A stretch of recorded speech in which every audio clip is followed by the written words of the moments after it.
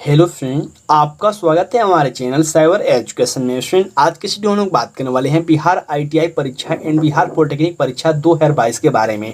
देखिए, 2-3 दिन से यहाँ पे हमारा क्लास नहीं हो पा रहा था। इसका सिंपल सा रीजन यही था कि अभी देखिए शादी विवाह का लगन चल रहा है, लेकिन यहाँ पे हम जहाँ रहते हैं बहुत यहाँ पे ज़्यादा आवाज़ हो रहा था, जिसके कारण मैं वीडियो रिकॉर्ड नहीं कर पा रहा था। इसी कारण हम वीडियो अपलोड नहीं कर पा रहे थे, ठीक है। लेकिन अब डेली हमारे चैनल के माध्यम से क्लास होगी, ठीक है। बहुत सारे कैंड के क्वेश्चन और कमेंट मेरे पास आए थे कि सर डेली क्लास लीजिए, तो बिल्कुल आपका डेली क्लास होगा, लेकिन कुछ बीच में डिस्टर्ब हो गया था, ठीक है। तो आज के इस वीडियो के माध्यम से हम लोग सामान्य ज्ञान के टॉप 50 क्वेश्चन देखेंगे, जो कि आपके एग्जाम के दृष्टि से सारे क्वेश्चन इंपॉर्टेंट होंगे। सो इस वीडियो को शुरू से लेकर लास्ट तक देखिएगा। साथ ही अगर अभी तक आपने हमारे चैनल को सब्सक्राइब नहीं किया है तो चैनल को सब्सक्राइब करके बगल घंटी के ऑल नोटिफिकेशन में क्लिक कर लें, क्योंकि यहाँ Bihar ITI and Bihar polytechnic की संपूर्ण तैयारी बिल्कुल फ्री में करवाई जाती है। सो फ्रेंड, यहाँ से देख सकते हैं मैंने इस क्वेश्चन के PDF को ओपन कर रखा है। तो चलिए हम लोग एक एक करके सारे क्वेश्चन को डिटेल में समझते हैं। इससे पहले आपसे रिक्वेस्ट है कि इस वीडियो को शुरू से लेकर लास्ट तक देखें और वीडियो के नीचे कमेंट करके आप अपना स्कोर जरूर शेयर करें कि आपने 50 क्वेश्चन में से कितने क्वेश्चन का राइट आंसर दिया हुआ है। साथ ही अगर इस क्वेश्चन का PDF चाहते हैं तो सबसे पहले आपको टेलीग्राम ग्रुप को ज्वाइन कर लेना होगा, जिसका लिंक आपको वीडियो के डिस्क्रिप्शन बॉक्स में देखने को मिल जाएगा। बहुत सारे कैंड को लगता होगा कि सर आप एक ही बात डेली क्यों बोलते हैं। देखिए, मैं ऐसा इसलिए बोलता हूँ, ऐसा इसलिए कहता हूँ क्योंकि बहुत सारे नए बच्चे भी जुड़ते हैं, बहुत सारे नए कैंडिडेट भी जुड़ते हैं, जिनको मालूम नहीं चल पाता है कि आखिरकार हम इसका PDF कैसे प्राप्त करें। तो मैं आपको जानकारी देता हूँ कि आखिरकार आपको टेलीग्राम ग्रुप पर इसका PDF प्राप्त हो जाएगा, जिसका लिंक आपको वीडियो के डिस्क्रिप्शन बॉक्स में देखने को मिल जाएगा, ठीक है। फर्स्ट क्वेश्चन यहाँ पे देख सकते हैं फ्रेंड, मेंशन किया गया है, विश्व हरित क्रांति के जनक कौन थे। बहुत ही फेमस क्वेश्चन है, बार बार एक क्वेश्चन रिपीट होता है। क्वेश्चन क्या मेंशन किया है कि विश्व हरित क्रांति के जनक कौन थे। तो ये थे आपको नॉर्मन बोरलॉग, जो कि यहाँ से सी ऑप्शन बिल्कुल राइट आंसर हो जाएंगे इस क्वेश्चन के, ठीक है। इस क्वेश्चन से एक बात और आपको याद रखना है कि मिल्कमैन के नाम से किन्हें जाना जाता है। तो मिल्कमैन के नाम से वर्गीज कुरियन को जाना जाता है, जो कि केरल राज्य से संबंधित है, ठीक है। ये आपको मिल्कमैन के नाम से जाना जाता है, जो मिल्कमैन है ये दूध के क्षेत्र में या फिर कह सकते हैं दूध उत्पादन से संबंधित वर्गीज कुरियन है, जो कि बहुत ही फेमस व्यक्ति है। ये और कभी कभी डायरेक्ट क्वेश्चन ये भी पूछा जाता है कि ये किस राज्य से संबंधित है। तो ये आपको केरल से संबंधित है, ठीक है। नेक्स्ट यहाँ पे देखिए मेंशन किया गया, सरसों की मिश्रित खेती किसके साथ होती है। देखिए, इस क्वेश्चन को आपको अगर नहीं भी आता है आप इसका हल, तो फिर आप इस ऑप्शन के अनुसार देखकर समझ सकते हैं, और आप सभी कैंड खेती के बारे में थोड़ा बहुत भी जानते हैं तो इसको हल कर सकते हैं बिल्कुल आसानी से, ठीक है। देखिए कैसे क्वेश्चन क्या मेंशन किया गया है, सरसों की मिश्रित खेती किसके साथ होती है। फर्स्ट ऑप्शन देखिए मेंशन किया गया है सूरजमुखी के साथ। बिल्कुल सूरजमुखी के साथ हम लोग सरसों की खेती नहीं कर सकते हैं। नेक्स्ट यहाँ देखिए मेंशन किया मटर के साथ भी आपको सरसों की खेती नहीं होती है। सी ऑप्शन देखिए मेंशन किया गया है मक्का के साथ भी सरसों की खेती नहीं होती है। लेकिन यहाँ पे देखिए मेंशन गेहूं के साथ, जी हाँ बिल्कुल गेहूं के साथ जो सरसों की मिश्रित खेती मतलब साथ में बोया जाए। तो आपने देखा होगा अपने गांव घर में गेहूं के साथ हम लोग सरसों की मिश्रित खेती यानी कि दोनों साथ बो सकते हैं, ठीक है। इसीलिए राइट आंसर आपको डी ऑप्शन हो जाएगा बिल्कुल इस क्वेश्चन के। नेक्स्ट क्वेश्चन यहाँ पे देखिए मेंशन किया गया है, एशिया की सबसे लंबी नदी कौन सी है।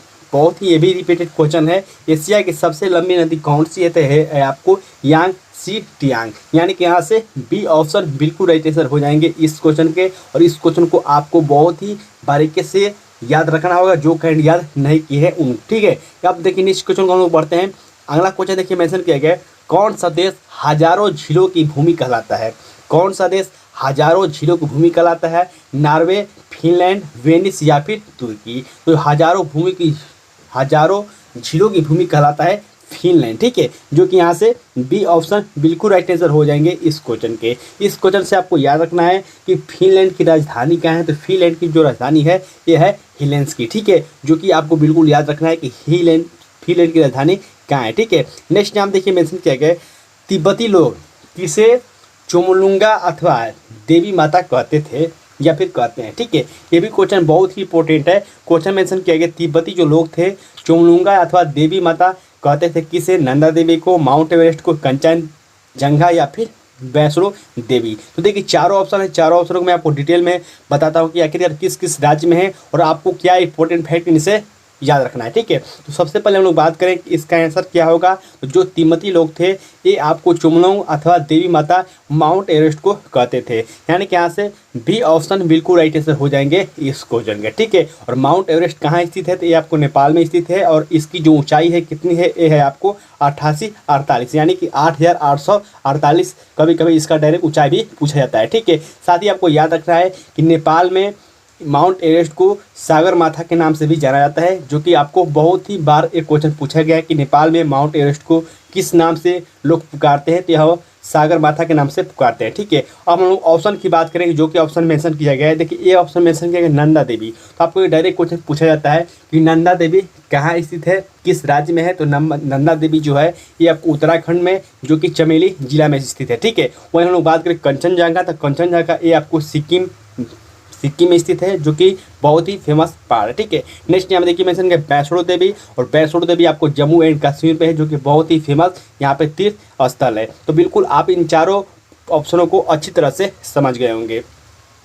अगला क्वेश्चन देखिए मेंशन किया गया है सिटी ऑफ गोल्डन गेट है, सिटी ऑफ गोल्डन गेट कौन है ये आपको बताना है। हवाना, सैन फ्रांसिस्को, लंदन या फिर पेरिस। तो सिटी ऑफ गोल्डन गेट ये है सैन फ्रांसिस्को, जो कि यहाँ से बी ऑप्शन बिल्कुल राइट आंसर हो जाएंगे इस क्वेश्चन के, ठीक है। नेक्स्ट क्वेश्चन को लोग बढ़ते हैं। अगला क्वेश्चन यहाँ देखिए मेंशन किया गया सूर्य तथा पृथ्वी के बीच न्यूनतम दूरी कब होती है, 22 दिसंबर, 21 जून, 22 सितंबर या फिर 3 जनवरी। तो देखिए सूर्य और पृथ्वी के बीच जो न्यूनतम दूरी होती है ये होती है आपको 3 जनवरी को, ठीक है, जो कि यहाँ से डी ऑप्शन बिल्कुल राइट आंसर हो जाएंगे इस क्वेश्चन के। नेक्स्ट क्वेश्चन को हम लोग पढ़ते हैं। अगला देखिए मेंशन किया गया जब भारत में सर्दी होती है तो निम्नलिखित में से किस देश में गर्मी होती है। बहुत ही इंपॉर्टेंट क्वेश्चन है और इसके कॉन्सेप्ट को अगर आप नहीं जानते हैं तो फिर आप इसका राइट आंसर नहीं दे सकते हैं। आप ऑप्शन के अनुसार भी आप चूज करने में आपको दिक्कत होगी, ठीक है। लेकिन मैं आपको बताता हूँ कि आखिरकार पकड़ना कैसे है, ठीक है। क्वेश्चन क्या मेंशन किया गया है जब भारत में सर्दी होती है तो निम्नलिखित में से किस देश में गर्मी होती है। देखिए भारत जो है किस गोलार्ध में स्थित है, तो जो भारत है ये आपको उत्तरी गोलार्ध में स्थित है, ठीक है। और जो दक्षिणी गोलार्ध है उसमें जब उत्तरी गोलार्ध में जब सर्दी पड़ती है तो दक्षिणी गोलार्ध में आपको गर्मी पड़ती है, ठीक है। तो आपको यहाँ पे क्या समझना है कि इस चारों ऑप्शनों में से दक्षिणी गोलार्ध में कौन सा देश स्थित है, ठीक है। ये जो भारत है उत्तरी गोलार्ध में स्थित है, तो आपको समझना है कि दक्षिणी जो ध्रुव है उसमें आपको गर्मी पड़ती है, तो कौन सा यह है, ये हो जाएगा न्यूजीलैंड, ठीक है। जो ऑप्शन के अनुसार होगा इसका राइट आंसर न्यूजीलैंड होगा। न्यूजीलैंड ये आपको दक्षिणी गोलार्ध में स्थित है, ठीक है। तो बिल्कुल आप इस क्वेश्चन के माध्यम से इस कॉन्सेप्ट को समझ गए होंगे। नेक्स्ट क्वेश्चन देखिए मेंशन किया गया है कौन सा ग्रह जल में तैरता हुआ प्रतीत होता है, बुध, बृहस्पति, शुक्र या फिर शनि। तो इसका राइट आंसर हो जाएगा शनि, जो कि डी ऑप्शन, ठीक है। इस क्वेश्चन से आपको याद रखना है शुक्र के बारे में कभी कभी डायरेक्ट क्वेश्चन पूछा जाता है कि सांझ का तारा हम लोग किसे कहते हैं, तो सांझ का तारा हम लोग शुक्र को कहते हैं। कभी कभी डायरेक्ट क्वेश्चन पूछा जाता है कि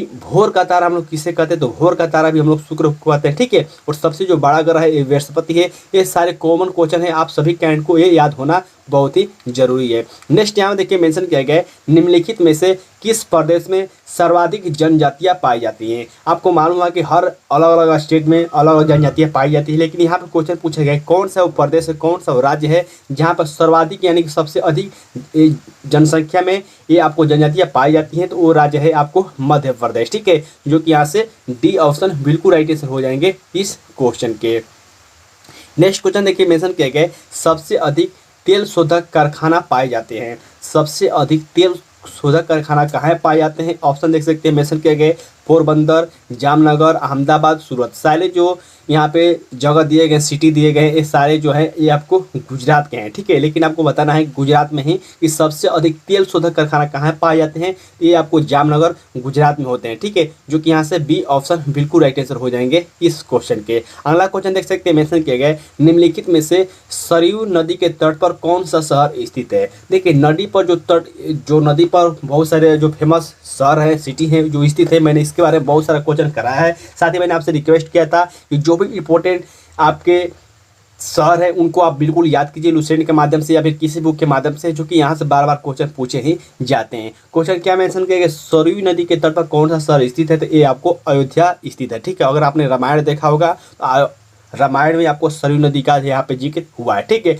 पटना किस नदी के किनारे स्थित है? तो ये आपको पटना जो है आपको गंगा नदी के किनारे स्थित है। साथ ही आपको याद रखना है इलाहाबाद, इलाहाबाद किस नदी के किनारे स्थित है? तो ये इलाहाबाद गंगा यमुना के संगम पर स्थित है। और वाराणसी ये आपको गंगा नदी के किनारे स्थित है। ठीक है, साथ ही आपको याद रखना है कि इलाहाबाद का जो प्राचीन नाम था वो क्या था? वो था प्रयागराज। बहुत सारे कारण अभी भी इलाहाबाद को प्रयागराज कहते हैं, लेकिन प्रयागराज इलाहाबाद का प्राचीन नाम था। ठीक है, नेक्स्ट यहाँ देखिए मेंशन किया गया है, निम्नलिखित में से कौन सी नदी भारत से नहीं निकलती है? आपको चारों ऑप्शनों में से बताना है कौन सा नदी है जो कि भारत से नहीं निकलती है। ऑप्शन देख सकते हैं, मेंशन किया है कोयल, संग, ब्राह्मणी, ब्रह्मपुत्र। तो जो भारत से नहीं निकलती है वो है ब्रह्मपुत्र। ठीक है, जो कि यहाँ से डी ऑप्शन बिल्कुल राइट आंसर हो जाएंगे इस क्वेश्चन के। ये जो है ब्रह्मपुत्र है तिब्बत की पहाड़ी से निकलती है, जो कि चीन से होकर निकलती है। तो बिल्कुल आप इस क्वेश्चन को याद रखेंगे। नेक्स्ट यहाँ देखिए मेंशन किया गया मसालों का बगीचा के उपनाम से कौन सा राज्य प्रसिद्ध है? ये आपको बताना है। तो देखिए, जब भी मसाला का जिक्र होगा सबसे पहले आपको केरल पर क्लिक करना होगा। ठीक है, मसाला के मामले में केरल सबसे एक नंबर पर है। कोई भी मसाला ले लीजिए, आपको मसाला का बगीचा इसलिए केरल को कहा जाता है, जो कि यहाँ से बी ऑप्शन बिल्कुल राइट आंसर हो जाएंगे। साथ ही मैंने बताया था कि अभी आपको याद रखना है कि केरल के प्रेजेंट टाइम पर सीएम कौन है, मुख्यमंत्री कौन है? तो ये आपको पिनरई विजयन, जो कि दूसरी बार ये आपको मुख्यमंत्री बने हैं केरल के। ठीक है, नेक्स्ट क्वेश्चन यहाँ पे देखिए मेंशन किया गया है, भारत के नियंत्रक एवं महालेखक परीक्षक का कार्यकाल कितना होता है? ये बताइए। ये देखिए, ये क्वेश्चन बहुत ही फेमस है और बहुत सारे अलग अलग एग्जामों में पूछा चुका है। ठीक है, क्वेश्चन क्या मेंशन किया गया है कि भारत के नियंत्रक एवं महालेखक परीक्षक का कार्यकाल कितना होता है? 6 वर्ष, 65 वर्ष की आयु तक, या फिर 6 वर्ष अथवा 65 वर्ष की आयु तक जो पहले हो जाए, या फिर 6 वर्ष या फिर 62 वर्ष पहले जो हो जाए। तो देखिए, इसका जो राइट आंसर हो जाएगा ये हो जाएगा सी ऑप्शन, जो कि है 6 वर्ष अथवा 65 वर्ष से जो भी पहले हो जाए। इसका मतलब क्या है? तो देखिए, जब भी आपको महालेखक परीक्षक का निर्वाचन होता है, जो चुना जाता है, सबसे पहले तो आपको याद रखना है कि अभी प्रेजेंट टाइम पर भारत के नियंत्रक एवं महालेखक परीक्षक है कौन? तो हैं गिरीश चंद्र मुर्मू। ठीक है, अभी प्रेजेंट टाइम पर आपको याद रखना है कि भारत के नियंत्रक एवं महालेखक परीक्षक हैं गिरीश चंद्र मुर्मू। और जो इनका कार्यकाल होता है ये आपको 6 वर्ष होता है या फिर 65 वर्ष होता है। यानी कि इनकी नियुक्ति के बाद अगर इनका उम्र 65 वर्ष पहले हो जाता है और इनका कार्यकाल खत्म नहीं होगा, 6 वर्ष से पहले इनका कार्यकाल खत्म हो जाएगा। ठीक है, इसका सिंपल सा मतलब यही कि अगर इनका कार्यकाल 6 वर्ष होगा, लेकिन इनका जो उम्र है पहले ही अगर 65 वर्ष हो जाता है, तो फिर 6 वर्ष से पहले इनको हटा दिया जाएगा। ठीक है, सिंपल सा इसका मतलब यही है। साथ ही आपको याद रखना है कि इनका जो वेतन होता है कितना होता है? तो इनका वेतन आपको 2.5 लाख रुपया होता है, जो कि आपको याद रखना है। नेक्स्ट यहाँ देखिए मेंशन किया गया, संघ लोक सेवा आयोग के सदस्य अपना इस्तीफा किसे सौंपते हैं? राष्ट्रपति, प्रधानमंत्री, या फिर संघ लोक सेवा के अध्यक्ष, या फिर सर्वोच्च न्यायालय के मुख्य न्यायाधीश? तो जो संघ लोक सेवा आयोग है इसके बारे में सबसे पहले तो आपको याद रखना है, इसका जो इंग्लिश नाम है जिसे हम लोग जो जानते हैं वो होता है यूपीएससी। ठीक है, यूपीएससी का एक फुल फॉर्म है, जो कि आप यहाँ पे देख रहे हैं हिंदी में। ठीक है, तो सबसे पहले तो आपको याद रखना है कि यूपीएससी का स्थापना कब हुआ था। तो यूपीएससी का स्थापना आपको 1926 ईस्वी में हुआ था, जो कि बार बार एक क्वेश्चन रिपीट होता है कि यूपीएससी की स्थापना कब हुआ था। तो ये 1926 ईस्वी में हुआ है। साथ ही आपको याद रखना है कि हाल ही में यूपीएससी के नए अध्यक्ष बनाए गए हैं, जो कि हैं मनोज सोनी। ठीक है, अभी प्रेजेंट टाइम पर यूपीएससी के जो अध्यक्ष हैं ये हैं मनोज सोनी। और आपको ये भी याद रखना है कि जो यूपीएससी है, जो संघ लोक सेवा आयोग है, ये संविधान के किस अनुच्छेद के अंतर्गत है? तो अनुच्छेद ये है 315। ठीक है, 315 अनुच्छेद के अंतर्गत ये आपको यूपीएससी का जिक्र किया गया है, जो कि आपको याद रखना है। इस क्वेश्चन की बात करें तो मेंशन किया कि संघ लोक सेवा आयोग के सदस्य अपना इस्तीफा किसे सौंपते हैं? ये राष्ट्रपति को सौंपते हैं। ठीक है, जो कि आपको याद रखना है। नेक्स्ट यहाँ देखिए मेंशन किया गया है, भारतीय संघ की आधिकारिक भाषा ऑफिशियल लैंग्वेज ऑफ इंडिया के रूप में संविधान द्वारा किसे मान्यता प्राप्त है? तो ये हिंदी को प्राप्त है। ठीक है, जो कि यहाँ से बी ऑप्शन बिल्कुल राइट आंसर हो जाएंगे। साथ ही आपको याद रखना है कि हमारे संविधान में टोटल भाषाओं की जो संख्या है वो 22 है, लेकिन मूल संविधान में जो भाषाएं थी वो 14 थी, लेकिन अभी प्रेजेंट टाइम पर जो टोटल भाषाएं हैं ये आपको 22 है। ठीक है, नेक्स्ट क्वेश्चन यहाँ देख सकते हैं मेंशन किया गया है, मंत्रिमंडल की बैठक की अध्यक्षता कौन करता है? राष्ट्रपति, उपराष्ट्रपति, लोकसभा अध्यक्ष, या फिर प्रधानमंत्री? तो जो आपको मंत्रिमंडल की बैठक की अध्यक्षता जो किया जाता है ये आपको प्रधानमंत्री के द्वारा किया जाता है, जो कि अनुच्छेद 74 से संबंधित है। ठीक है, जो कि आपको अनुच्छेद भी याद रखना है। नेक्स्ट क्वेश्चन को हम लोग बढ़ते हैं। अगला क्वेश्चन यहाँ पर देखिए मेंशन किया गया है, हाल ही में चर्चित पुस्तक होम इन द वर्ल्ड के लेखक कौन है? ये देखिए करंट का क्वेश्चन, लेकिन बहुत ही फेमस है और बहुत ही फेमस व्यक्ति द्वारा लिखा गया है। हाल ही में चर्चित पुस्तक होम इन द वर्ल्ड के लेखक जो हैं ये हैं आपको अमृत सेन, जो कि यहाँ से बी ऑप्शन बिल्कुल राइट आंसर हो जाएंगे इस क्वेश्चन के। ठीक है, नेक्स्ट यहाँ में देखिए मेंशन किए गए 5 जून को मनाए गए विश्व पर्यावरण दिवस 2021 का थीम क्या है। तो सबसे पहले तो आपको याद रखना है कि 5 जून को विश्व पर्यावरण दिवस मनाया जाता है। साथ ही कभी कभी डायरेक्ट क्वेश्चन पूछा जाता है कि इसकी शुरुआत कब हुआ था, तो इसकी शुरुआत आपको 1974 ईस्वी में हुआ था, कहीं कहीं 1973 भी देता है, लेकिन आपको याद रखना है पहली बार ये कब मनाया गया था। और 2018 में भारत ने इसकी मेजबानी की थी और अभी हाल ही में 2021 में पाकिस्तान ने इसकी मेजबानी की है, जो कि आपको याद रखना है। ठीक है, इस क्वेश्चन की बात करें कि ये 2021 का थीम क्या है, तो ये है आपको इकोसिस्टम रेस्टोरेशन, यानी कि यहाँ से सी ऑप्शन बिल्कुल राइट आंसर हो जाएंगे इस क्वेश्चन के। नेक्स्ट क्वेश्चन यहाँ देखिए मेंशन किया गया है इजराइल के नए प्रधानमंत्री के रूप में किसे नियुक्त किया गया है। तो इजराइल के नए प्रधानमंत्री के रूप में नेफ्ताली बेनेट को नियुक्त किया गया है, जो कि यहाँ से ए ऑप्शन बिल्कुल राइट आंसर हो जाएंगे इस क्वेश्चन के। ठीक है, साथ ही आपको याद रखना है कि अभी प्रेजेंट टाइम पर इजराइल के जो राष्ट्रपति हैं वो कौन है। तो इजराइल के जो राष्ट्रपति हैं ये हैं आपको इसाक हर्जोग। ठीक है, तो आपको याद रखना है कि इजराइल के जो प्रधानमंत्री हैं ये नेफ्ताली बेनेट है, लेकिन जो राष्ट्रपति हैं ये हैं इसाक हर्जोग, जो कि आपको बिल्कुल याद रखना है। नेक्स्ट यहाँ देखिए मेंशन किया गया है एकोंजी अंकोजा इवेला WTO के नए प्रमुख के रूप में चुना गया है। इनका संबंध किस देश से है। तो ये देखिए एक महिला है, यहाँ पे थोड़ा वर्ड में मिस्टेक है, लेकिन ये महिला है, जो कि आपको बताना है कि WTO के प्रथम ये नियुक्त किए गए हैं, इनका किस देश से संबंधित है। तो ये आपको नाइजीरिया से संबंधित है। ठीक है, जो कि यहाँ से बी ऑप्शन बिल्कुल राइट आंसर हो जाएंगे इस क्वेश्चन के। साथ ही आपको याद रखना है कि WTO का स्थापना कब हुआ था। तो WTO का स्थापना आपको 1995 ईस्वी में हुआ था। ठीक है, तो बिल्कुल आप इस क्वेश्चन को याद रखेंगे। नेक्स्ट यहाँ देखिए मेंशन किया गया 2021 में हुए विधानसभा चुनाव के संबंध में निम्न में से कौन सा सुमिलित नहीं है। तो यहाँ पर देखिए सीएम के नाम यानी कि मुख्यमंत्री के नाम दिए गए हैं, साथ ही आपको राज्य के मेंशन किए गए कि कौन से यहाँ पे सुमिलित नहीं है, ये आपको बताना है। तो फर्स्ट देखिए मेंशन किया गया है क्या पिनरई विजयन, जो कि केरल के मुख्यमंत्री हैं, बिल्कुल सही है। मैंने अभी आपको बताया कि दूसरी बार ये केरल के मुख्यमंत्री बने हैं। सेकेंड ऑप्शन देखिए मेंशन किया गया एन रंगास्वामी पांडिचेरी के मुख्यमंत्री, ये भी बिल्कुल सही है, प्रेजेंट टाइम पर अभी यही है। नेक्स्ट यहाँ पे देखिए मेंशन किया गया है सर्बानंद सोनोवाल असम के मुख्यमंत्री, ये बिल्कुल गलत है और हमको गलत ही बताना है।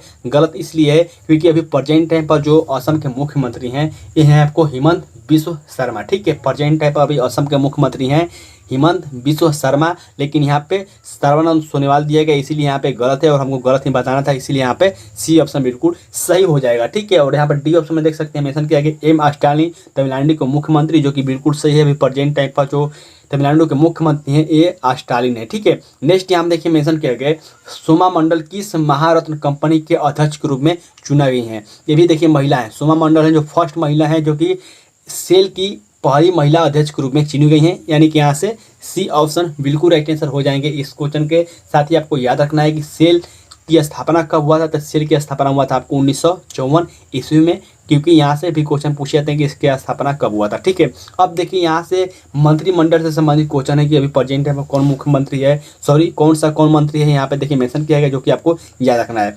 तो यहाँ पे देखिए फर्स्ट मेंशन किया गया ऑप्शन में धर्मेंद्र प्रधान शिक्षा मंत्री, बिल्कुल सही है। अभी प्रेजेंट टाइम पर जो शिक्षा मंत्री हैं वो अभी धर्मेंद्र प्रधान है। ठीक है, नेक्स्ट बी ऑप्शन देखिए मेंशन किया गया अश्विनी वैष्णव रेल मंत्री, ये भी बिल्कुल सही है। प्रेजेंट टाइम पर जो अभी अश्विनी वैष्णव है रेल मंत्री है। और सी ऑप्शन देखिए मेंशन किया गया किरण रिजिजू पंचायती राज मंत्री, बिल्कुल गलत है। ठीक है, ये जो सी ऑप्शन मेंशन किया गया किरण रिजिजू ये पंचायती राज मंत्री नहीं है। अभी प्रेजेंट टाइम पर जो किरण रिजिजू हैं ये आपको कानून मंत्री है। ठीक है, और डी ऑप्शन देखिए मेंशन किया है अनुराग ठाकुर खेल मंत्री, बिल्कुल सही है। ठीक है, हमको गलत ही बताना था, तो यहाँ पे सी ऑप्शन बिल्कुल राइट आंसर हो जाएगा। और आपको याद रखना है किरण रिजिजू जो यहाँ पे पंचायती राज विभाग दिया गया है ये आपको अभी कानून मंत्री हैं। ठीक है, नेक्स्ट यहाँ पे देखिए क्वेश्चन मेंशन किया गया है हाल ही में प्रकाशित पुस्तक द लाइट ऑफ एशिया किसके द्वारा लिखी गई थी। बहुत ही यहाँ पे फेमस क्वेश्चन है जो कि हाल ही में चर्चा में था। क्वेश्चन क्या मेंशन किया है कि हाल ही में प्रकाशित पुस्तक द लाइट ऑफ एशिया किसके द्वारा लिखा गया था। तो सबसे पहले तो आपको याद रखना है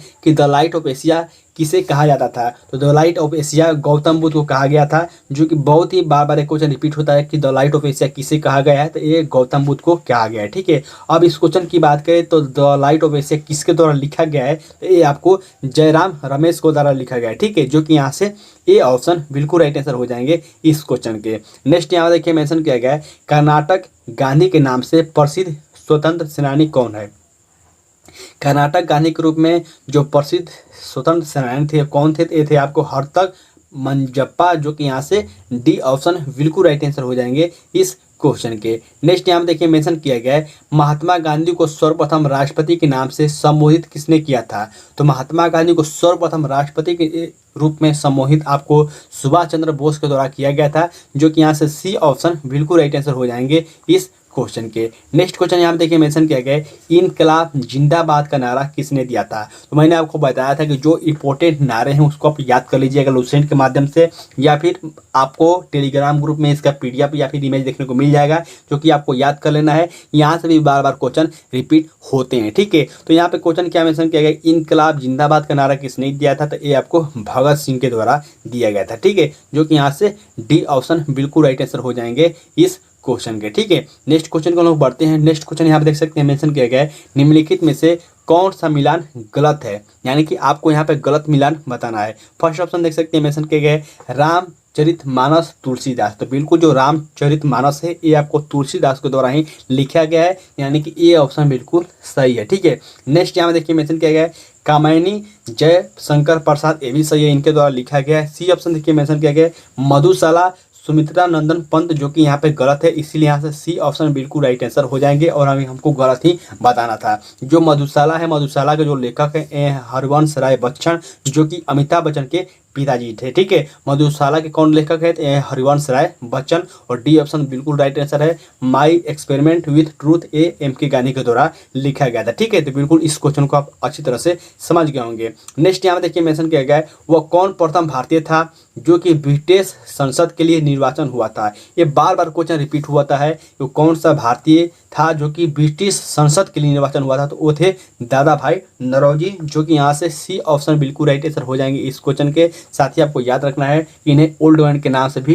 जाना जाता है, दादा भाई नौरोजी को, ठीक है। नेक्स्ट क्वेश्चन को हम लोग बढ़ते हैं। अगला क्वेश्चन यहाँ पे देखिए मेंशन किया गया है, महात्मा गांधी के राजनीतिक गुरु कौन थे? ये देखिए एक क्वेश्चन बहुत ही बार पूछा जा चुका है, बहुत सारे कारण को इजी भी लगेगा, लेकिन एक क्वेश्चन बहुत ही बार रिपीट हुआ, इसलिए मैंने यहाँ पे रख दिया, ठीक है। क्वेश्चन क्या मेंशन किया है कि महात्मा गांधी के राजनीतिक गुरु कौन थे? तो ये थे गोपाल कृष्ण गोखले, जो कि यहाँ से सी ऑप्शन बिल्कुल राइट आंसर हो जाएंगे। और आपको याद रखना है कि महात्मा गांधी से संबंधित आपको एक न एक क्वेश्चन पूछे ही जाते हैं, जो कि आपके एग्जाम में डायरेक्ट क्वेश्चन यहाँ से पूछ लिए जाते हैं। नेक्स्ट क्वेश्चन यहाँ देखिए मेंशन किया गया है, किस अधिवेशन में कांग्रेस द्वारा पूर्ण स्वराज की मांग रखी गई थी? तो ये आपको लाहौर 1929 ईस्वी में जो अधिवेशन हुआ था कांग्रेस का, वहाँ पे आपको पूर्ण स्वराज की मांग की गई थी, ठीक है, जो कि यहाँ से ए ऑप्शन बिल्कुल राइट आंसर हो जाएंगे इस क्वेश्चन के। साथ ही आपको याद रखना है कि जो लाहौर में 1929 का कांग्रेस अधिवेशन हुआ था, इसके अध्यक्ष कौन थे? तो अध्यक्ष के अध्यक्ष जो थे वो पंडित जवाहरलाल नेहरू थे, ठीक है, जो कि यहाँ से बिल्कुल आपको याद रखना है। कभी कभी इसका डायरेक्ट यहाँ पर अध्यक्ष भी पूछ लिया जाता है। नेक्स्ट यहाँ देखिए मेंशन किया गया है, निम्नलिखित में से कौन भारत छोड़ो आंदोलन में शामिल नहीं था? आपको चारों ऑप्शनों में से बताना है, चारों व्यक्तियों में से बताना है कि कौन से व्यक्ति थे जो कि भारत छोड़ो आंदोलन में शामिल नहीं थे। महात्मा गांधी, जवाहरलाल नेहरू, सरदार पटेल या फिर भीमराव अम्बेडकर। तो सबसे पहले तो आपको याद रखना है कि भारत छोड़ो आंदोलन की शुरुआत कब हुआ था? तो 1942 में हुआ था, जो कि आपको महात्मा गांधी के द्वारा इसकी शुरुआत हुई थी, ठीक है। और जो इसमें शामिल नहीं थे वो थे भीमराव अम्बेडकर, ठीक है। तो बिल्कुल इसका डी ऑप्शन राइट आंसर हो जाएंगे। नेक्स्ट यहाँ देखिए मेंशन किया गया है, वर्ष 1981 में मोपला विद्रोह कहाँ हुआ था? तो ये आपको केरल में हुआ था। बहुत ही फेमस क्वेश्चन है, बार बार क्वेश्चन रिपीट होता है। नेक्स्ट यहाँ देखिए मेंशन किया गया है, राष्ट्रीय चिन्ह सिंह स्तंभ कहाँ से लिया गया है? राष्ट्रीय चिन्ह जो हम लोग सिंह स्तंभ यूज करते हैं, ये कहाँ से लिया गया है? तो ये आपको सारनाथ से लिया गया है, जो कि यहाँ से ए ऑप्शन बिल्कुल राइट आंसर हो जाएंगे, ठीक है। साथ ही इस क्वेश्चन से आपको एक बात और याद रखना है कि सारनाथ किस लिए फेमस है? तो जो गौतम बुद्ध थे, इन्होंने अपना प्रथम उपदेश सारनाथ में ही दिया था, जो कि यहाँ से बार बार क्वेश्चन पूछा जाता है कि गौतम बुद्ध ने अपना प्रथम उपदेश कहाँ दिया था? तो ये आपको सारनाथ में दिया था, ठीक है। नेक्स्ट क्वेश्चन यहाँ देखिए मेंशन किया गया है, भारतीय संविधान के अंतर्गत अब कितने मौलिक अधिकार की गारंटी दी गई है? देखिए भारतीय संविधान के अंतर्गत अब जो मौलिक अधिकारों की गारंटी दी गई है वो उसकी संख्या 6 है, पहले 7 थी, लेकिन संपत्ति का अधिकार हटा दिया गया है। अब जो मौलिक अधिकारों की संख्या है वो आपको सिर्फ 6 है, ठीक है, लेकिन पहले 7 था, अभी प्रेजेंट टाइम पर 6 है। नेक्स्ट यहाँ देखिए मेंशन किया गया है, संविधान के अनुच्छेद 19 में निम्नलिखित स्वतंत्रताओं में से कौन सा विशेष रूप से उल्लिखित नहीं है? ये आपको बताना है, ठीक है। तो ऑप्शन देख सकते हैं मेंशन किया गया भाषण एवं अभिव्यक्ति की आज़ादी, बिल्कुल सही है। नेक्स्ट यहाँ देखिए मेंशन किया गया है शांतिपूर्वक एवं बिना शास्त्र के सभा करने की स्वतंत्रता, ये भी सही है। और नेक्स्ट यहाँ देखिए मेंशन किया मुक्त रूप से घूमने की स्वतंत्रता, ये भी सही है। लेकिन यहाँ पे जो डी ऑप्शन है ये गलत है, प्रेस की स्वतंत्रता, ये अनुच्छेद 19 में निहित नहीं है, ठीक है। नेक्स्ट यहाँ देखिए मेंशन किया गया है निम्नलिखित में से कौन राज्य सूची में नहीं है। तो आपको याद रखना है कि कौन राज्य सूची में है, कौन समवर्ती सूची में है, और इसकी जो जिक्र किया गया है किस अनुसूची में किया गया है, तो ये आपको 7वीं अनुसूची में ये जिक्र किया गया है कि कौन यहाँ पे समवर्ती सूची में होगा, कौन राज्य सूची में होगा। तो क्वेश्चन क्या मेंशन किया है, कौन राज्य सूची में नहीं है। तो जो सुरक्षा है ये आपको समवर्ती सूची के अंतर्गत आता है, ये आपको राज्य सूची के अंतर्गत नहीं आता है। लेकिन जो कृषि है, सिंचाई है, जो जेल है, ये आपको राज्य सूची के अंतर्गत आता है, ठीक है। नेक्स्ट यहाँ देखिए मेंशन किया गया है किसने कहा था राष्ट्र का नीति निर्देशक तत्व ऐसा चेक है जिसे सुविधापूर्वक भुनाया जा सकता है। तो ये लुसेंट के बुक में आपको जो थ्योरी वाला बुक है वहाँ पर देखने को मिल जाएगा। और इसका जो राइट आंसर है केटी शाह हो जाएगा। ये भी कई बार क्वेश्चन रिपीट हुआ है। नेक्स्ट यहाँ देखिए मेंशन किया गया है 14 वर्ष से कम उम्र के बच्चों को जोखिम भरे काम न लगाना किस अधिकार के प्रति संरक्षण है। तो सबसे पहले तो आप सभी क्या जानते हैं कि 14 वर्ष से जो कम उम्र के बच्चे हैं वो किसी फैक्ट्री में काम नहीं कर सकते हैं। डायरेक्ट क्वेश्चन पूछा जाता है कि किस अनुच्छेद में निहित है। तो ये अनुच्छेद है आपको 24, ठीक है। अनुच्छेद 24 में आपको निहित है कि कोई भी 14 वर्ष से जो कम उम्र का बच्चा है वो किसी कंपनी में, किसी भी कारखाने में काम नहीं कर सकता है। लेकिन यहाँ पर क्वेश्चन पूछा गया है, आपको यहाँ पर अनुच्छेद याद रखना है कि यह अनुच्छेद है कितना 24, ठीक है। लेकिन यहाँ पे क्वेश्चन पूछा गया है कि जो जोखिम भरा काम न करने का अधिकार है किसके प्रति संरक्षण का अधिकार है, शोषण के विरुद्ध अधिकार, दैहिक स्वतंत्रता का अधिकार, या फिर शिक्षा का अधिकार, या फिर रोजगार का अधिकार। तो जिसका राइट आंसर हो जाएगा ये हो जाएगा शोषण का विरुद्ध, ठीक है। शोषण के विरुद्ध का अधिकार है 14 वर्ष से कम उम्र के बच्चों की आयु की काम करना, ठीक है, क्योंकि वो भी पढ़ने लिखने की उम्र होती है। नेक्स्ट यहाँ में देखिए मेंशन किया गया है भारत के राष्ट्रपति के बारे में कौन असत्य है। भारत के राष्ट्रपति के बारे में कौन असत्य है, यहाँ पे 4 ऑप्शन देख सकते हैं मेंशन किया गया है। न्यूनतम आयु 35 वर्ष, बिल्कुल सही है। और यहाँ पे देखिए नेक्स्ट मेंशन किया गया है कार्यकाल 8 वर्ष, बिल्कुल गलत है। जो इनका कार्यकाल होता है 8 वर्ष नहीं होता है, 5 वर्ष ही होता है। लेकिन यहाँ पे कितना दिया गया है, यहाँ पे 8 वर्ष दिया गया है, इसीलिए यहाँ से बिल्कुल बी ऑप्शन बिल्कुल राइट आंसर हो जाएंगे, ठीक है। चलिए हम लोग अगले क्वेश्चन की ओर बढ़ते हैं। नेक्स्ट क्वेश्चन यहाँ पे देखिए मेंशन किया गया है निम्नलिखित में से किसका चुनाव निर्वाचन आयोग द्वारा नहीं किया जाता है। आपको बताना है किसका जो चुनाव है ये आपको निर्वाचन आयोग द्वारा नहीं किया जाता है, ये आपको बताना है। इसका जो राइट आंसर हो जाएगा मुख्यमंत्री। मुख्यमंत्री का जो चुनाव होता है ये आपको राज्यपाल के द्वारा किया जाता है, ये उनके बीच पर, ठीक है। नेक्स्ट यहाँ देखिए मेंशन किया गया निम्नलिखित में से किस राज्य में द्विसदन विधायिका नहीं है। जो इसका राइट आंसर हो जाएगा राजस्थान। राजस्थान क्यों होगा, देखिए अभी भारत में 6 ऐसे राज्य हैं जहाँ पे द्विसदनीय विधायिका है। वो राज्य कौन कौन से हैं तो मैं आपको बताता हूँ। इसका एक ट्रिक होता है, ट्रिक क्या है, तू भी मजा कर, ठीक है। इसका जो ट्रिक है तू भी मजा कर, और इसमें कौन कौन से राज्य हैं, बिहार, कर्नाटक, महाराष्ट्र, आंध्र प्रदेश, तेलंगाना, साथ ही यूपी, ठीक है। ये जो 6 राज्य हैं यहाँ पे द्विसदनीय व्यवस्था है। नेक्स्ट यहाँ देखिए मेंशन किया गया है सरकारों द्वारा शुल्क एवं कर लगाने का अधिकार संविधान की किस अनुसूची में है। तो ये आपको 7वीं अनुसूची में मैंने अभी भी बताया कि जो कौन सा राज्य सूची होगा, कौन सा समवर्ती सूची होगा, जो इसका उल्लेख है ये आपको कहाँ पर है, ये आपको 7वीं अनुसूची में, ठीक है। नेक्स्ट यहाँ पे देखिए ऑप्शन मेंशन किया गया है 23 डिग्री सेल्सियस मासिक तापक्रम और लगभग 150 सेंटीमीटर औसत वर्षा वाले क्षेत्र में सर्वाधिक फसल किसकी होती है। तो ये आपको चावल की होती है, यानी कि चावल की जो खेती है आपको लगभग 150 डिग्री औसत वर्षा के क्षेत्र में सबसे अधिक ये फसल होती है, ठीक है। नेक्स्ट यहाँ में देखिए मेंशन किया गया है लोकटक झील किस प्रांत में है, यानी किस राज्य में है। तो लोकटक जो झील है ये आपको मणिपुर में, ठीक है। और अभी हाल ही में मणिपुर में चुनाव हुआ है और अभी प्रेजेंट टाइम पर मणिपुर की जो सीएम है कौन है, तो ये है आपको एन बीरेन सिंह, जो कि आपको याद रखना है। नेक्स्ट यहाँ में देखिए मेंशन किया गया है बांदीपुर प्रोजेक्ट टाइगर रिजर्व किस राज्य में है, तो ये है आपको कर्नाटक में। बार बार एक क्वेश्चन रिपीट होता है और मैंने आपको बताया था कि जो आपको इंपॉर्टेंट टाइगर रिजर्व है उसको जरूर पढ़ लीजिएगा। नेक्स्ट यहाँ देखिए मेंशन किया गया है रणथंभौर वन्य जीव अभयारण्य यह भारत किस प्रदेश में है तथा किसके लिए प्रसिद्ध है। तो सबसे पहले तो आपको याद रखना है कि रणथंभौर जो है ये आपको राजस्थान में, ठीक है। तो यहाँ पे गुजरात बिल्कुल नहीं होगा। अब यहाँ पे 2 ऑप्शन बच गए, राजस्थान काला हिरण के लिए या फिर राजस्थान बब्बर शेर के लिए। तो ये आपको बब्बर शेर के लिए प्रसिद्ध है, जो कि यहाँ पे राजस्थान में स्थित है, ठीक है।